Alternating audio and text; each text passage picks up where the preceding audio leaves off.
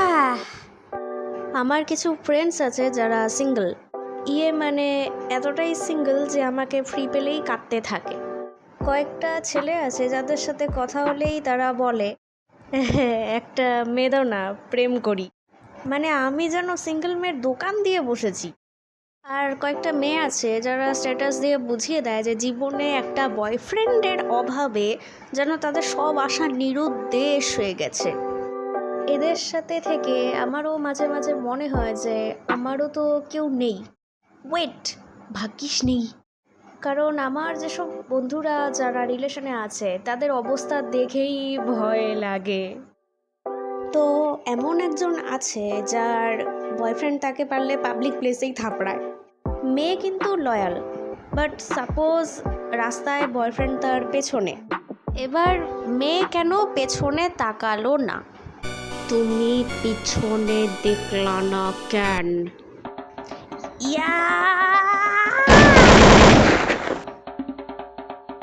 সাহস বাড়ছে খুব। হ্যাঁ, বস আমার বাইকে, আমি বাড়ি যাচ্ছি। তাও তুই আমার বাইকে চল। এটা তো কিছুই না, এর থেকেও ছিটিয়াল পাবলিক দেখেছি আমি। মানে পিকুলিয়ার মেয়ে, সে চায় না তার পতিদেব অন্য কোনো মেয়ের আশেপাশে থাকুক। তোমার এই ছবিতে তোমার পিছনে এই মেয়েটা কেন আছে?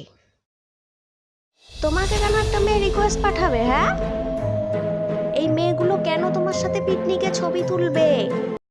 জানি না এদের পাছায় এত কারেন্ট কোত্থেকে আসে। আচ্ছা, এরা যদি লেসবিয়ান বা গে ব্যাপারে জানতে পায়, ছেলে ছেলেও রিলেশন হয়। এই, তুমি অমুক দাদার সাথে কেন ছবি তুলেছ? আরে ওটা আমার বেস্ট ফ্রেন্ড হয়। না, তুমি কেন ছবি তুলছো?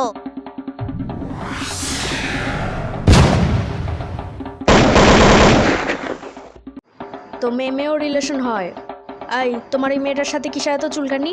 ও আমার বেস্ট ফ্রেন্ড হয়। কি বললি? দাঁড়া। তো ভিডিও শেষে বলি যে আমাদের সবাইকে একটা কথা মাথাতে রাখতেই হবে, সেটা হচ্ছে গিয়ে বিশ্বাস। বিশ্বাস থাকলে কোনো দিনই সন্দেহ আসে না। তোমার পার্টনারের যদি চিট করার হয়, সে তুমি কথা শোনালেও করবে আর না শোনালেও করবে। এই ভালোবাসা জিনিসটা অনেকটা পাখি আর তার বাসার মতো।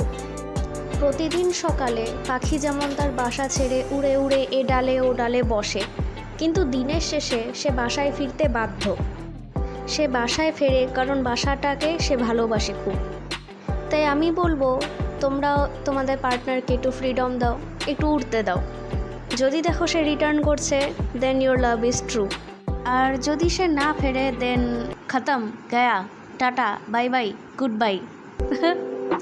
Take care, see you soon. আবার দেখা হবে আমাদের। বাই। চ্যানেলটা সাবস্ক্রাইব করে দিও। হ্যাঁ।